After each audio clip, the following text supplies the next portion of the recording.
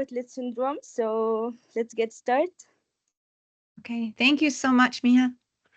So we're going to talk today about thoracic outlet syndrome. A couple of things just before we get started. I also teach for the International Academy of Orthopedic Medicine. I'm a continuing education instructor. I've been teaching for them for 20 years, and some of this content is from some of the courses that I teach.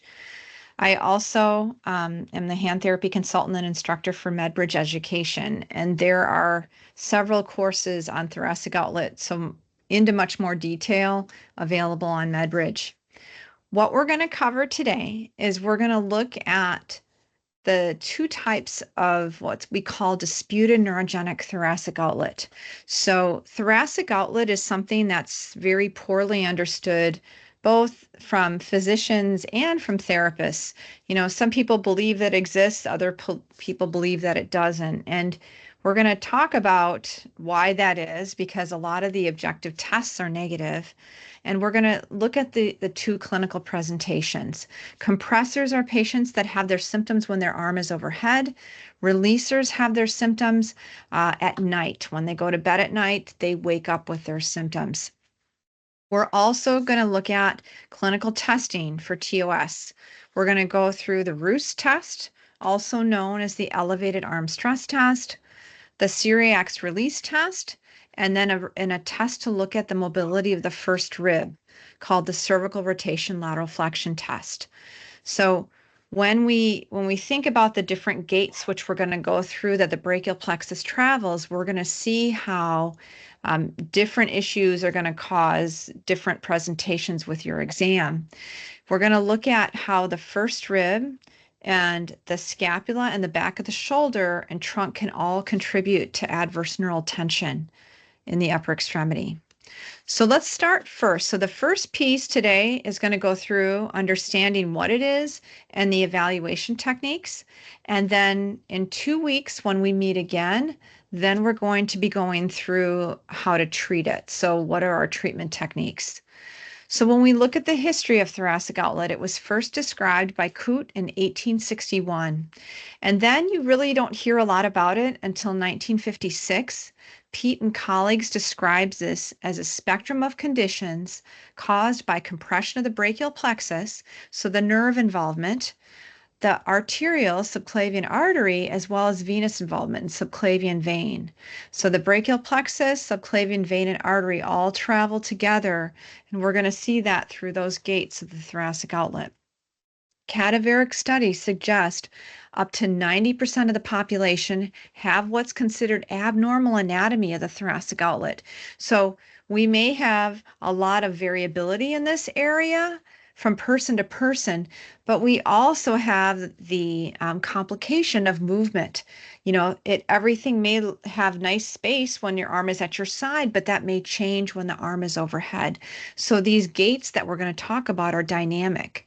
They're not a static structure like you'd see with the carpal tunnel, for example. So a lack of distinctive clinical indicators can make the diagnosis difficult, but disregarded, this often underappreciated syndrome can lead to functional impairment, emotional upheaval, and impaired quality of life, especially when we think about those patients that are going to a provider that doesn't believe in thoracic outlet or will only diagnose it based on a positive objective test. Because we're going to see a lot of times the objective tests are negative in this population. So for individuals with severe symptoms, the adverse impact on quality of life has been compared with that of patients suffering from chronic heart failure. So, and you'll see these patients, they have had their symptoms going on often for years. They've been to various clinicians, physicians, therapists, and physicians, if they don't believe in thoracic outlet or don't diagnose it based on the clinical exam, they'll say, oh, everything's normal, you're fine. And the patient goes home and then feels even more stressed because they're told everything's normal, yet they can't keep their arms above their heads to wash their hair or to reach overhead, or they keep waking up every night with numbness and tingling in their arm. So it can be very frustrating for these patients. And again, it's not unusual to have these patients tell you that they've had years of symptoms. So pain is the foremost feature that they'll complain about, but they'll also complain of numbness or tingling, so sensory disturbances. Shoulder and neck discomfort is common. They may complain of edema or tightness in their hands, even if they don't have any visible edema. Headaches are not uncommon, and sympathetic nervous system impairment, because we think about in our autonomic nervous system, we have our sympathetic system and our parasympathetic system. And the parasympathetic system helps with our rest and digest and healing. The sympathetic system is our fight or flight. So these patients that have all these unanswered questions, ongoing symptoms, and persistent pain, their sympathetic system can get wound up. So now they get what's called central sensitization, where everything is more painful and it takes less to provoke their symptoms. And that's just because of the long-standing nature of their symptoms. Let's talk first about the gates, the different passageways that the brachial plexus takes. So the first one is the scalene triangle. So here we have the anterior and middle scalene. Here we have the brachial plexus coming in. Then we go down into the costoclavicular space. So this is between the clavicle and the first rib. So the brachial plexus here joins the subclavian vein and artery, travels through the costoclavicular space, and then the third gate is beneath pec minor. So it's going to travel beneath pec minor. These are dynamic, they change with movement. So if the arm is overhead or the arm is at the side, the gates and these passageways are going to be changing. So when we talk about TOS, which type responds best to conservative management? So we have the vascular component, which can involve arterial and or venous, and then we have a neurogenic component. So the neurogenic component involving the brachial plexus, 98% of those people respond to therapy, to conservative care, which is wonderful because that's the bulk of patients that we see.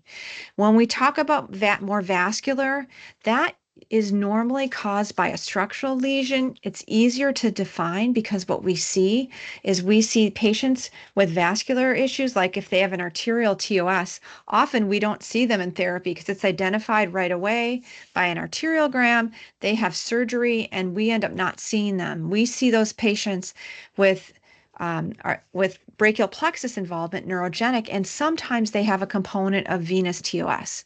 And I will show you an example of that.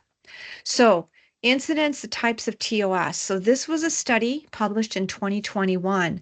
They looked at the incidence of the types of TOS in 432 patients referred to this TOS center.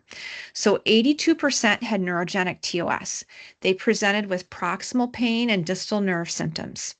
16% had venous TOS, where they had a thrombosis or positional swelling, and only 2%, a very small percentage, had arterial TOS, where they had that objective arterial pathology. So let's talk about now that most common, that neurogenic TOS. We're going to break that down into two pieces. We have true neurogenic TOS, and that involves constant compression. So if we think about, here's our brachial plexus, we have constant compression, and that's going to result in axonal death, where we can have weakness or atrophy, muscle wasting.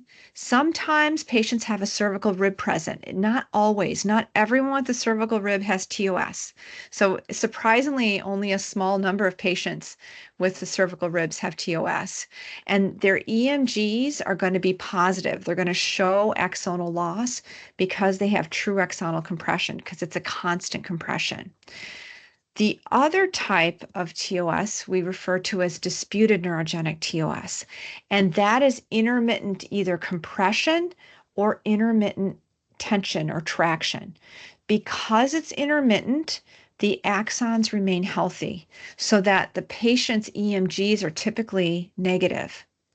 And this was coined the term disputed neurogenic TOS So how do we tell the difference between true versus disputed?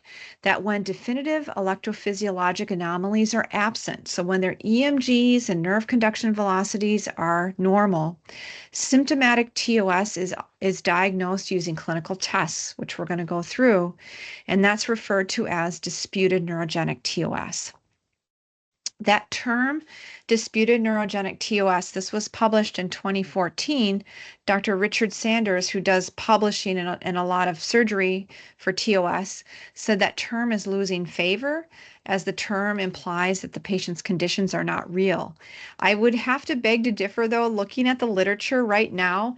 When you think about what's not true neurogenic TOS, they're calling it most disputed neurogenic TOS. So I think, we'd like to have another term that's a little more, it sounds better than disputed neurogenic TOS, but at this point we don't have it. This is what's referred to.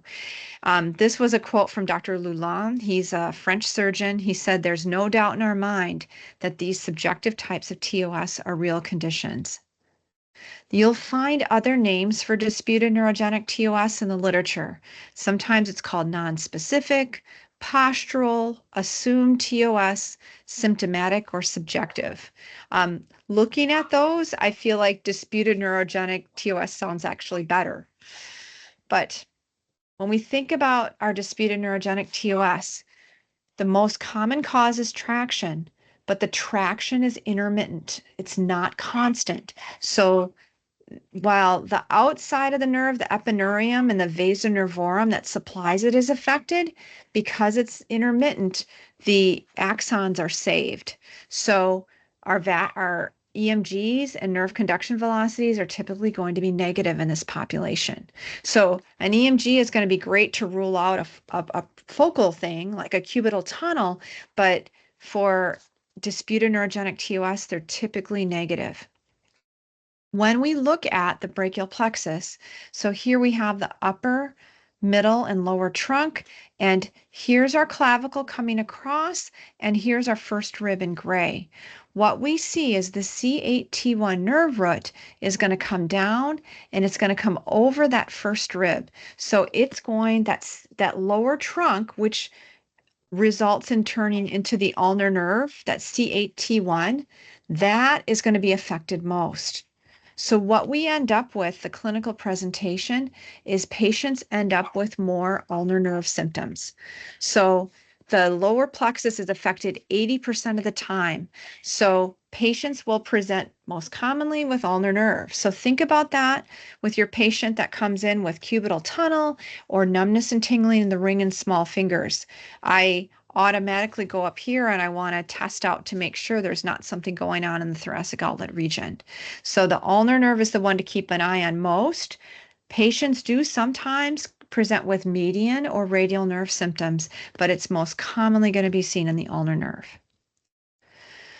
So Dr. Sanders talked about sometimes their EMGs are positive, and he talks about that the vast majority of neurogenic TOS who fell in that disputed group, he found if you did nerve testing on the medial antebrachial cutaneous nerve, that it would show some slowing as well as a C8. So if you have a good relationship with a neurologist doing these nerve conduction tests, that sometimes you will see a positive test in those structures.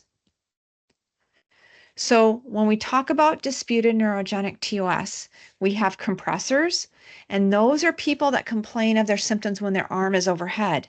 So when they bring their arm down, their blood flow and the tension is alleviated and they feel normal. So these patients typically sleep well. They don't wake up at night unless they have their arm overhead. But compressors, it's more that occurs during the day with overhead activities. Releasers are patients who experience their symptoms primarily at night. So those are the ones that wake up and they shake their arm out and they try to go to sleep. Those people structurally tend to have more larger, heavy arms and poor posture. So we're going to talk about releasers in a few minutes. We're going to first talk about compressors. So when we think about compressors, what are you going to hear in their history? They're going to complain of pain with overhead activities, putting on makeup, washing their hair, brushing their hair, and driving if they're holding the top of the steering wheel. So anything into elevation. So what happens, we have the brachial plexus is going to come over the first rib, under the clavicle, under the coracoid process, and then it's going to come up. So the traction happens as it's coming up. So when their arm is up, they have traction. When they bring their arm down, the traction is alleviated. Okay. So when we look at now releasers, releasers have their symptoms primarily at night.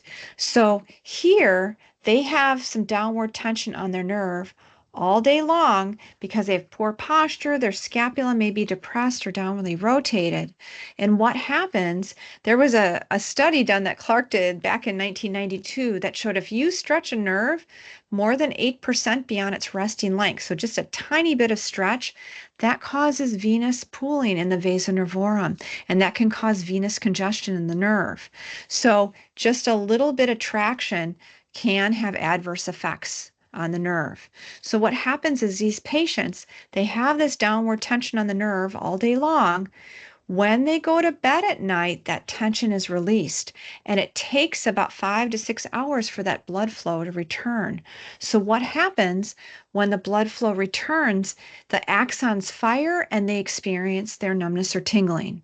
So I liken this to if you sit on your foot, you don't know your foot's asleep until when you go to bed until you bring your foot out from underneath you and then the blood flow is restored. What happens? You get numbness and tingling. So in this case, the numbness and tingling isn't a bad thing. It's actually a good thing. It's blood flow reperfusing. Okay. So these people, if they wake up in the middle of the night and it's consistent every night. So what I'll talk to people, when do people come to therapy? They typically come when like some of the over-the-counter medications, pain medicines aren't helping them, and when they can't sleep at night. So these patients will come in and say, I have not been able to sleep well in weeks or months. I go to bed at night, I wake up and in the middle of the night, I have to shake my arm out and then I can't get back to sleep. So you ask them, is it around the same time every night? Is it about 3:30 or 4 in the morning? And they'll say, you know what? It is. It's around the same time. So that's telling you the story of a releaser. So they have tension on their nerve, and when the tension's alleviated, that blood flow is restored. So it's always important to ask them how they sleep at night. And two, do they have their symptoms? If they're a compressor, do they have more of their symptoms when they bring their arm overhead? Do they say, you know what? I'm trying to wash my hair and my arms get so tired, I have to bring them down. So then we think about compressor. Patients can be a little bit of both, but usually they're more of one than the other. So now the role of the scaling muscles. So here, the scaling muscles are going to play a key role in the first rib. So we see that first passageway that the brachial plexus travels, and in blue right here is the brachial plexus. We have the anterior and middle scaling. So what happens is when you've had a cervical trauma, those scaling muscles can start kicking in again. And this was an older study, but it's a really good one that Richard Sanders did. He biopsied the scaling muscles of patients that he had gone in and done TOS surgery. So he took out a portion of the scalings and took out a portion of the first rib. So he looked at the muscle physiology of the patients that had been involved in motor vehicle accidents. So MVA is motor vehicle accident. They've had some cervical trauma. And when you think about the muscle fiber types, so we have the type 1 fibers, which are more of our postural muscles that don't fire like big amounts, but they fire all day long.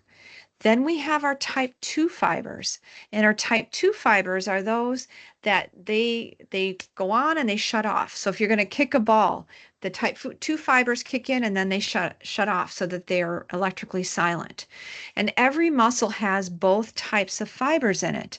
But what he found, because Sanders found that normally your scaling muscles are predominantly type 2 muscles. They're electrically quiet during the day, except when let's say you're going to get up or you reach for something, then they fire and then they shut off again. Well, what he found in those patients that had a cervical trauma, he found a predominance of type 1 fibers, as well as a 25% increase in connective tissue in the scaling muscles. So they were more scarred, less extensibility, and there were more type 1 fibers. So now they're firing all day long instead of being electrically quiet and only firing once in a while. So that's important to know too. If these patients have had any kind of cervical trauma, that you may be dealing with some hyperactive scaling muscles. And the scalings, when they're kicking in, the anterior middle scaling attached to the first rib, they can cause direct compression of the brachial plexus at the scaling triangle, and indirectly they can cause compression because they're going to elevate that first rib. So the scalings, we want them as much as possible to be more quiet. We want them to be nice and extensible because they can play a big role. And you'll hear that in patients that present with thoracic outlet syndrome. You'll hear like they had a history of trauma. I remember one lady she said when she was 18 years old, she was holding her infant nephew and she slipped and fell on the ice and she slammed her head back. And so we already have like a whiplash type of injury. And then she became a dental hygienist where she was working in these small spaces all the time. And she came in with significant thoracic outlet on both sides. So when you hear that in their history, you know, okay, I know I'm going to be having to do a lot of work soft tissue wise on the scalings, as well as getting that first rib moving. So before we do our TOS exam, we want to just rule out to make sure we don't have anything going on at the cervical spine. So Annickstein and Associates in 2012, they looked at there was like 6 different ways to perform the scaling stretch. So they looked at what's the best way to perform this. So what they found is to perform it in 2 steps. So you first bring the patient's cervical spine into extension and side bending, and you hold it there. Now, if they start to have their radicular symptoms, that's where we stop. The test is positive. If it's negative, if they're not having any symptoms, then we can go to the second step, and that's when you're pushing down to add that axial compression. And you're closing the foramina, you're looking for the radicular symptoms. So typically a line of pain. It's going to be they'll use their one finger to point to that. So here's what this looks like, coming in into extension and side bending. So if he doesn't have any symptoms, then I'm going to add the downward pressure. Okay, and I'm going to come back. So we first do our Sperling's test. Then if that's clear, now we're going to look at our thoracic outlet tests. So the 2 we're going to cover are the elevated arm stress test, also known as the Roos test, and the Cyriax release test. So I have in the corner here the likelihood ratios. There's a positive and a negative. And this is just showing like what is the likelihood of the patient that you're testing to have that condition. So for likelihood ratios, we normally want to see, for a positive likelihood ratio, we want it to be 2.5 or higher. And the negative likelihood ratio, ideally you want 0.5 or lower. So meaning if it's negative, the likelihood that they don't have the condition. So when we look at, I will put where there is available likelihood ratios for the tests, as well as sensitivity and specificity. And the likelihood ratios are actually calculated from sensitivity and specificity combined, but it's a mathematical formula, and math is not my strong suit, so I have them up there if you need it for reference. So elevated arm stress test or Roos test. He originally describes this without downward pressure on the scapula. We add the downward pressure just to sensitize the test. And the patient, normally, again, it's described for 3 minutes. What we look at, though, in the literature is there's a high rate of false positives if done over 3 minutes. So instead, we're just doing it for 1 minute, for 60 seconds. So when we're doing this, we're looking at the clock. We're asking the patient to open and close 1 time per second, and we're going to do it with them. And we're looking to see here, what are their symptoms and when does it occur? Because we want to document what time, how much time does it take? So that's a nice objective way with compressors to help us to see progress. So maybe initially, let's say we're doing this, they say, oh, you know what, my arm's getting really heavy and I'm getting some pain on the inside of my elbow. And that happens at 5 seconds. Now, when you repeat that test, let's say a few weeks later, after you've worked on getting their first rib down and their scapula up and they're making good gains, maybe it takes them 42 seconds to get their symptoms instead of 5 seconds. So that's a good objective measure to help. And it's good for the patient to be able to see like, oh yeah, before my arm used to go numb immediately when my arm was overhead, but now I can keep it up long enough to wash my hair. So that's the first test. The second test is going to help identify releasers. Both of these thoracic outlet tests take less than 5 minutes to do in the clinic. So if you have someone that you're suspicious that they have TOS, these tests don't take a long time. And if they're positive, if one or both is positive, that will really help you to know like where you need to go for treatment. Because if you find a positive test in one or both, we know we need to work on the first rib, we need to help improve their scapular mechanics, and we want to work on improving their posterior shoulder mobility. So let's look at the Cyriax release test.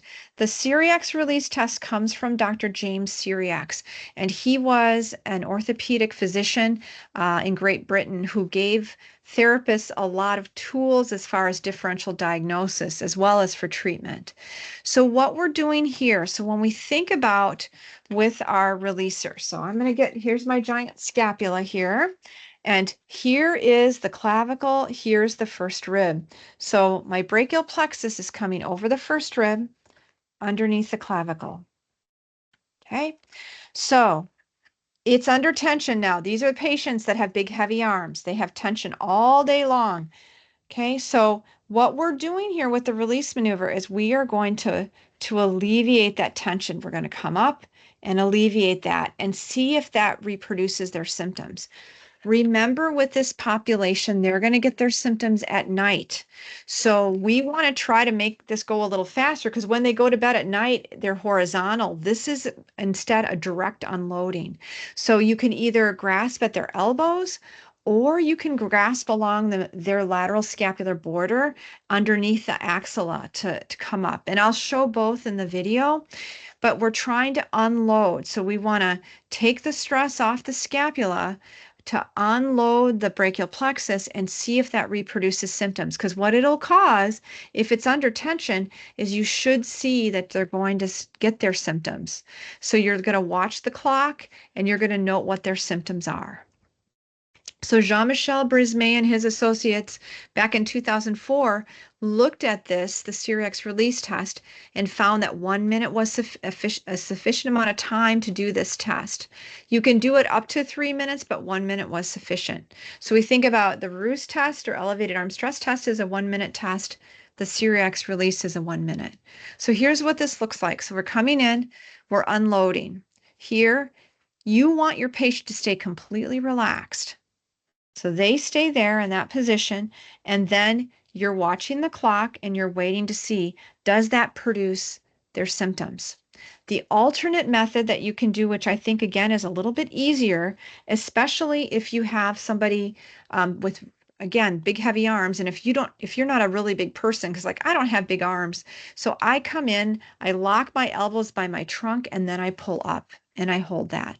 So that's a little bit easier to do than if you were to come in and wrap your arms around their elbows. And then you're going to hold that. You're going to hold that for a minute, watching the clock, waiting to see, does that reproduce their symptoms? So when you do this test, the time of day is important, because if you're seeing that patient, say at 8 o'clock in the morning, and they've already released at 3 or 4 in the morning and come in, you're going to do this test and you're going to have a negative test because they haven't had enough time to traction their nerve during the day. So the time of day does matter. So you want to note what time of day. Like ideally, you'd want to do it at 4 or 5 o'clock in the afternoon where they've had all day to traction their nerves, and then you can unload it and see if that makes a difference. Okay. The third piece we want to look at is the first rib. So we don't think a lot about our first ribs in daily life. And with patients, I like to show them on a skeleton, like the first rib is actually way up high. It's not, down by your trunk. This was a study Lloyd did in 2014, and they found if you come from your mastoid process and go straight down, you will hit your first rib. So it's right underneath your upper trap.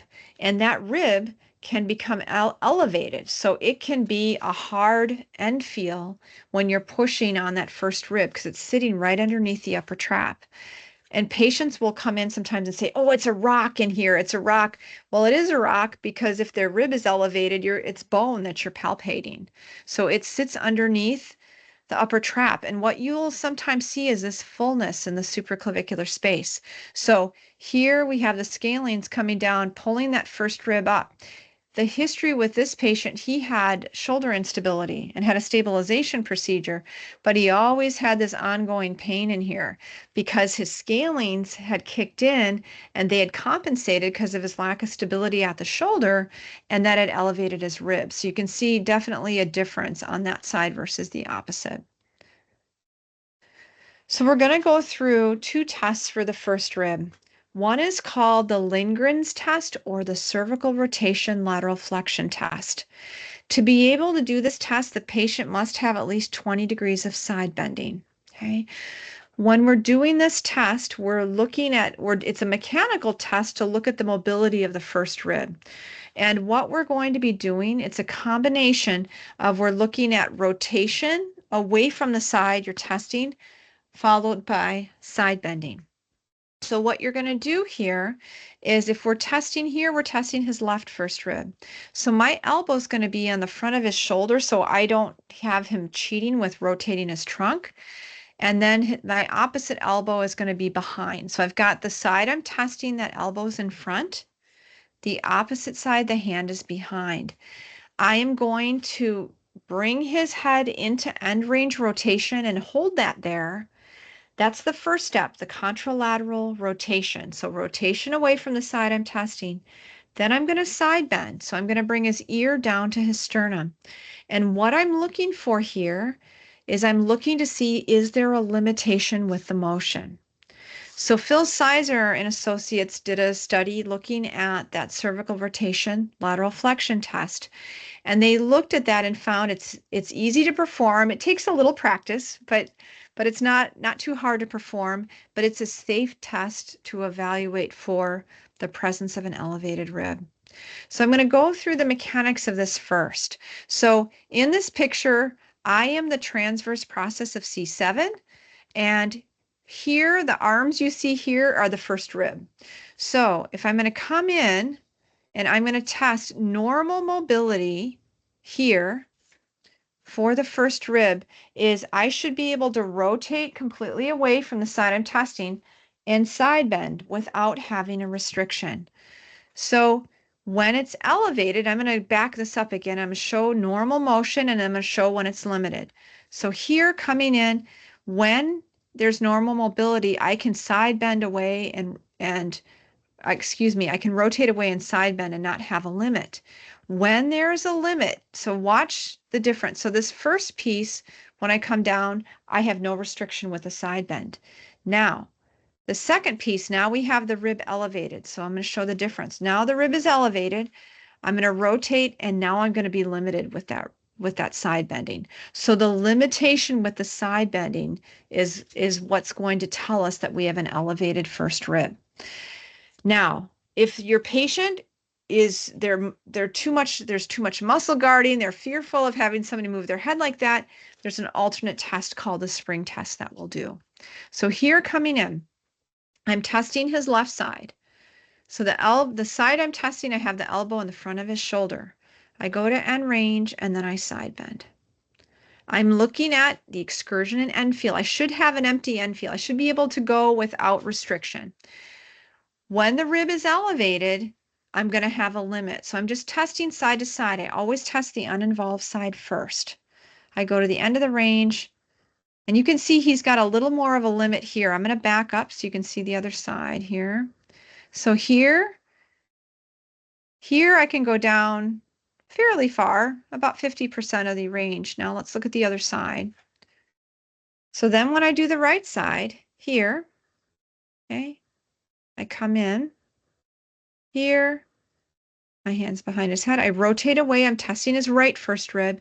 And now when I side bend, you can see there's not much excursion there. So this is a mobility test. The alternate test, if the patient can't tolerate, they don't have 20 degrees of side bending, or they're just guarded with their muscles, is called the spring test. So I'm just coming in using the radial aspect of my index finger MP, and I'm going toward the opposite hip, toward the anterior superior iliac spine. So here's what that looks like. I'm coming in here, going down from the mastoid process, using the radial aspect of my hand and going across toward the opposite hip. So here, and then the other side. And what you're going to see when there's a limit is you'll see more of the trunk moving. I'm going to show that one more time. You'll see more of the trunk moving to compensate, because you should have a little bit, it should be a firm end feel, but you should still have some mobility there. So always testing that uninvolved side first. Okay, so that's the spring test. So the two tests we went over the cervical rotation lateral flexion test and the spring test. So when you have an elevated rib, that can contribute to problems both at the scalene triangle because of the elevation, as well as the costoclavicular space, because now you've got that rib that's elevating and it's closing off that already small area between the first rib and clavicle. When patients have an elevated rib, they'll complain of difficulty like looking over their shoulder to that side. So that's something to listen for in their history. So the other piece we need to look at is the scapula. So we looked at our first rib. Now we're going to look at the scapula, and the third piece is our posterior shoulder mobility. So scapular depression. This was a study, and this is something nobody thinks about scapular depression as being an issue. Everyone thinks about the problem when people hike their shoulders, but this, remember, because of the traction on the nerves, scapular depression or downward rotation is going to be have an adverse effect on the nerve. It's going to put tension on it. So this was a study back in 2012 that they took patients with neurogenic TOS and they compared them to patients with carpal tunnel syndrome. And what they did was they x-rayed their cervical spine, and they looked at it from a lateral view and they looked at it from an AP view, so like across here, and they counted how many vertebrae could they count coming from the top, from the occiput down. So what they wanted to see was there a difference in the TOS group versus the carpal tunnel group with their scapular position. So if they could count more vertebrae, that whole shoulder girdle was dropped more. And what they found was those in the TOS group had a lower placement of their shoulder girdle compared to those that had carpal tunnel. So their recommendation was that they'll be able to estimate the position of the shoulder girdle using plain cervical radiographs. I would beg to differ. You can look at it by finding that with your patient. If you find T2, so if you find C7 the most prominent and you come up one, when you extend your neck, you should feel the C6 spinous process moving away from you. And then you can count down. So C6, C7, T1 and T2, and you should see that their scapula, the superior angle should be lined up with T2. That's the goal. And if it's dropped more, then you can look at, is it depressed or is it downwardly rotated? I'm going to show you some examples of that. So this was a little bit older study, also came out in 2012, that found with neurodynamic testing, if you preposition the scapula in depression, they had reduced elbow range of motion, provoked increased upper trap activity, and an earlier onset of sensory symptoms. So our nerves do not like to be stretched or tractioned. So their conclusion was scapular positioning had meaningful impact on those upper limb neurodynamic tests. And that was done in healthy individuals. And this is why when we do our neurodynamic test now, that we don't depress the scapula, we keep it in neutral, and then we do our tests, whether it's for ulnar nerve or median or radial. So when we think about scapulothoracic instability, so instability of the scapula and the rib cage, that if it's depressed or downwardly rotated, or we're lacking elevation of the scapula with overhead motion, that can affect the second passageway, the costoclavicular space, as well as the third passageway beneath pec minor. So scapular depression is a big deal. So here when we're looking at our postural assessment, so we're looking at first, we're looking at seeing where as you find T2, so you find C7, then C6, and you look up and see that it's going away, translating away, C6, 7, T1, and T2. We should see the superior angle of the scapula lined up with T2. When we look at here from a lateral view, here's our acromion, here's our humeral head. So we should see normally, because of the orientation of the glenoid, that humeral head should be shifted about 1/3 of the width anterior. If it's more than that, now I want to look at, do I have a posterior shoulder stiffness, or is the scapula maybe anteriorly tilted? So these are some things to watch for. These patients both have long necks. One of them, their scapula is downwardly rotated. The other one, their scapula is depressed. So here we see, here T2 is way up here. So here's one of the superior angles, here's the other. So if we come down along the medial border, what we see here is that inferior angle is closer than the superior angle. So they are downwardly rotated. You can't look at that with their shirt on because you don't know, are they depressed or downwardly rotated? But then once you feel along that medial scapular border, you know, okay, they are downwardly rotated. This example on the right, she also has a long neck. Now, these normally occur with patients with big, heavy arms. It's not always though. I mean, look at these. They don't have really huge, heavy arms. But here coming in, here's the superior angle. Here's the inferior. You can see that is parallel to the thoracic spine. So she is not downwardly rotated. She's depressed. So either one of those, whether the scapula are depressed or downwardly rotated, is going to place more tension on the brachial plexus. So when we ask the patient to move, okay, what we're looking at is, does the inferior angle meet the mid-axillary line? So for full upward rotation. So we also want to see, do they achieve slight elevation at end range? And I'm going to show you an example of what it looks like when they don't, and then what it looks like when they do. So here's some photos, and then I've got a video example here in a moment. So what you'll see with these patients, so she's got scapular depression, she's got downward rotation. You see these big creases at the AC joint. It's normal to have a crease at the AC joint with overhead motion, but these people have deep creases. Okay, so what we're going to see, this is an example. This was a patient of mine. He had pretty significant TOS. What happened? He loved to lift weights. You can see how developed his lats are here. So he lifted a lot of weights, like for 2 or 3 hours one day. Then he went camping with his friends, and it rained that night. And so he spent a prolonged period of time holding up the tarp while they rigged it up while it was raining. When he went to bed at night, he started to have sharp stabbing pains in both arms. And I unfortunately saw him like 4 months later. He had gone through all these tests. He had, MRI, he had EMG, everything was negative. He could not sleep at night. He had these sharp stabbing pains that would keep him up. So I want you to take a look here, what it looks like when his arm is overhead and he lacks scapular elevation. So he gets upward rotation, but he doesn't get enough elevation. So here's what this looks like. Coming in, we come up, he doesn't reach full elevation. And what you're going to see, and he's going to do this a few times, what you're going to see is these deep creases right here on both sides. And let me show you what it looks like after intervention so it can help you, because you're probably like, well, I don't really see what you're talking about. Now, here, this is after working on stretching out his lats, getting an engagement of serratus, working on his first rib mobility. I want to show you the difference. When he comes up, can you see he gets full elevation and he gets a little bit of scapular elevation? I'm going to show this and I'll compare them side by side.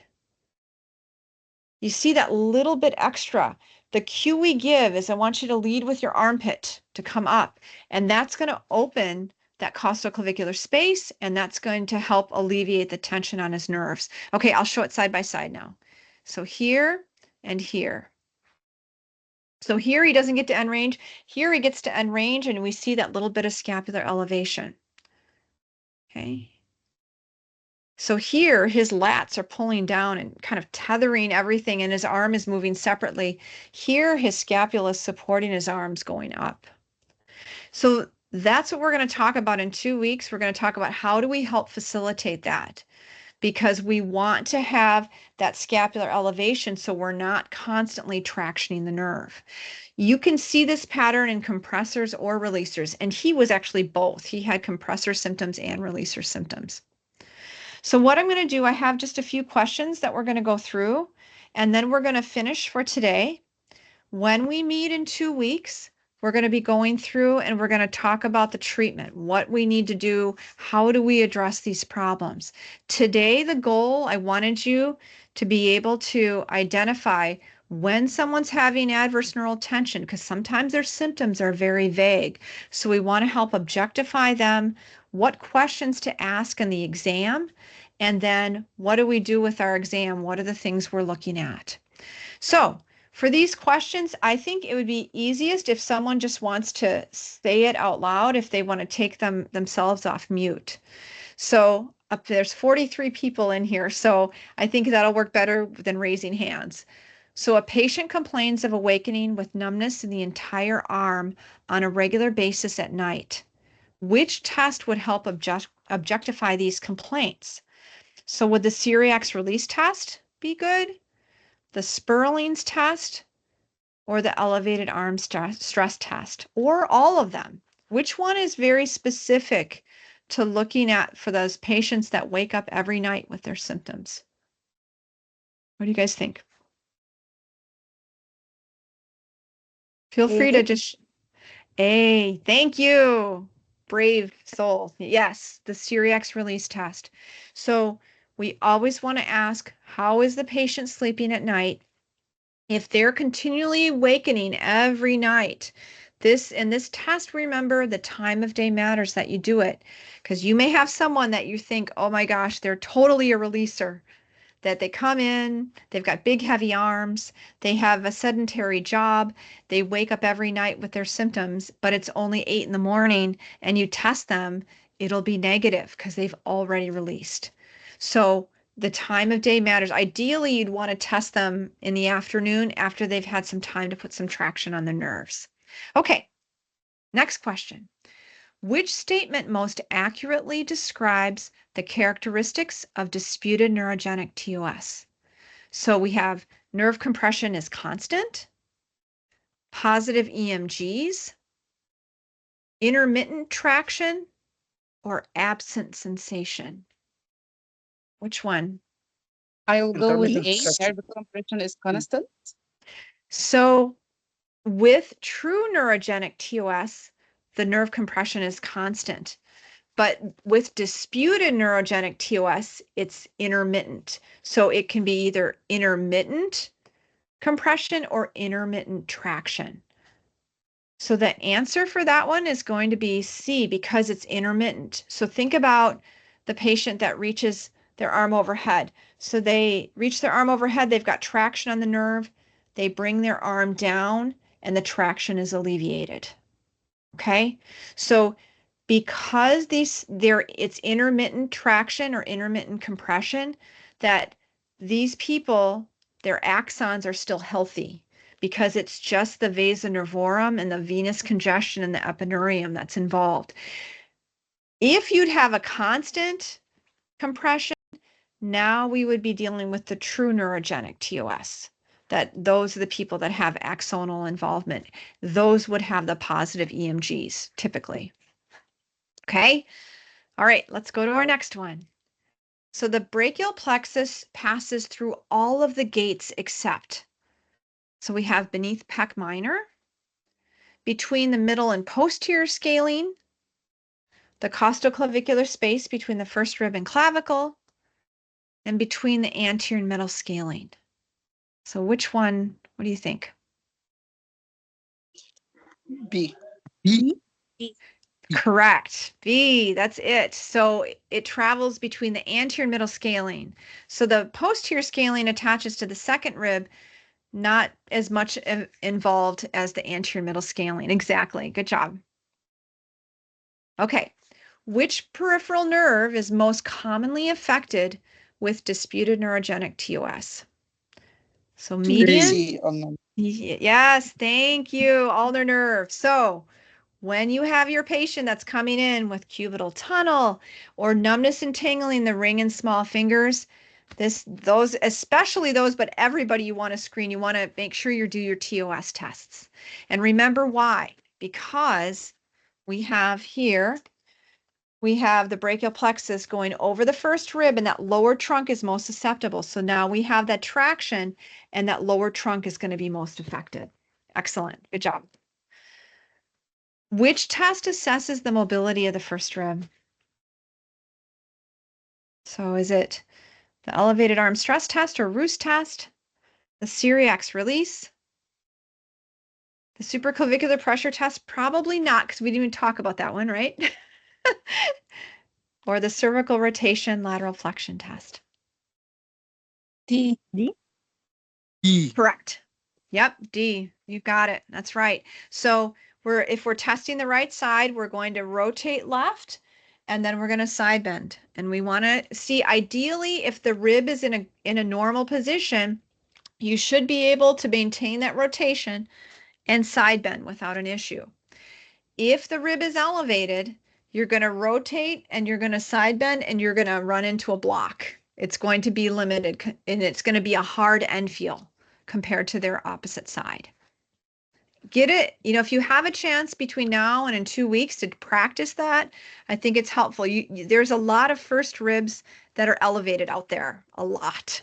I have a new therapist that started in the clinic that I work, and he's been practicing 25 years, and I've been talking to him about the first rib because he's not as familiar with thoracic outlet. And he and I met yesterday, and we went over some testing for the first rib and treatment, and he's like, I cannot believe how many patients have elevated first ribs, and you get it moving, and what a difference it makes. And these are patients too that aren't necessarily patients with thoracic outlet. Some of them have had shoulder replacements. Some of them are rotator cuff repairs. Some of them are frozen shoulders. So it's something to look for in a lot of any type of shoulder patient as well, because when the rib is elevated too, that can limit your end range elevation. So it's an important thing to look at. Okay, the Cyriax release maneuver promotes scapular what? Remember that test. What do we? Number one. It's Elevation. right. It's elevation, exactly. So we want to unload that. So we want to take the nerve that's getting this constant tension. We're going to lift up the scapula and alleviate that tension, and we're going to look to see, does that provoke their symptoms? In a very small subset of patients that have resting paresthesias, you will sometimes see when you unload, it'll eliminate them. So it doesn't always provoke the symptoms. In a small population, it will eliminate if they have resting symptoms. So you're looking for the change, but the majority of them provokes the symptoms. Good job. So what we're going to talk about when we meet in 2 weeks are how to treat this. So how do we minimize tension on the brachial plexus? And we're going to talk about our goals. We want to get the first rib down. We want to bring the scapula up. And then we want to address that posterior shoulder tightness. And we're going to talk about that as well, because that can cause scapular compensation. All right. Any questions on anything before we wrap up? Yeah, doctor, I have one. Yes. Okay, while I'm performing the test on the patient, any test, do I Okay. have to see that their hand turns to blue, or it's enough to rely on the numbness or neurological symptoms? So you're really listening for their subjective symptoms, but you'll also see you don't have, not everyone, their hand is going to turn blue or white. You're listening for their subjective symptoms. Yes. Okay, thanks. Yeah, you're welcome.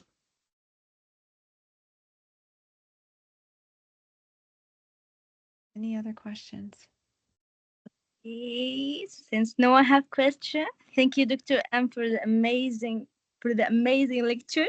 We'd love to give you this certificate at this moment. Thank you for being with us today.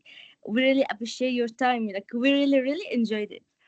Good, I'm glad. So I will see you all then in 2 weeks, I think the same time, and we're going to go through the treatment. Okay? Thank you so much. Okay. Thank you. 1 minute, doctor, please. Right. This is the certificate, doctor. Oh, thank you. I think, you know what, could you email that to me? Okay, for sure. Or that sounds good. Thank you so much. Have a good rest of your weekend. Okay, thank you.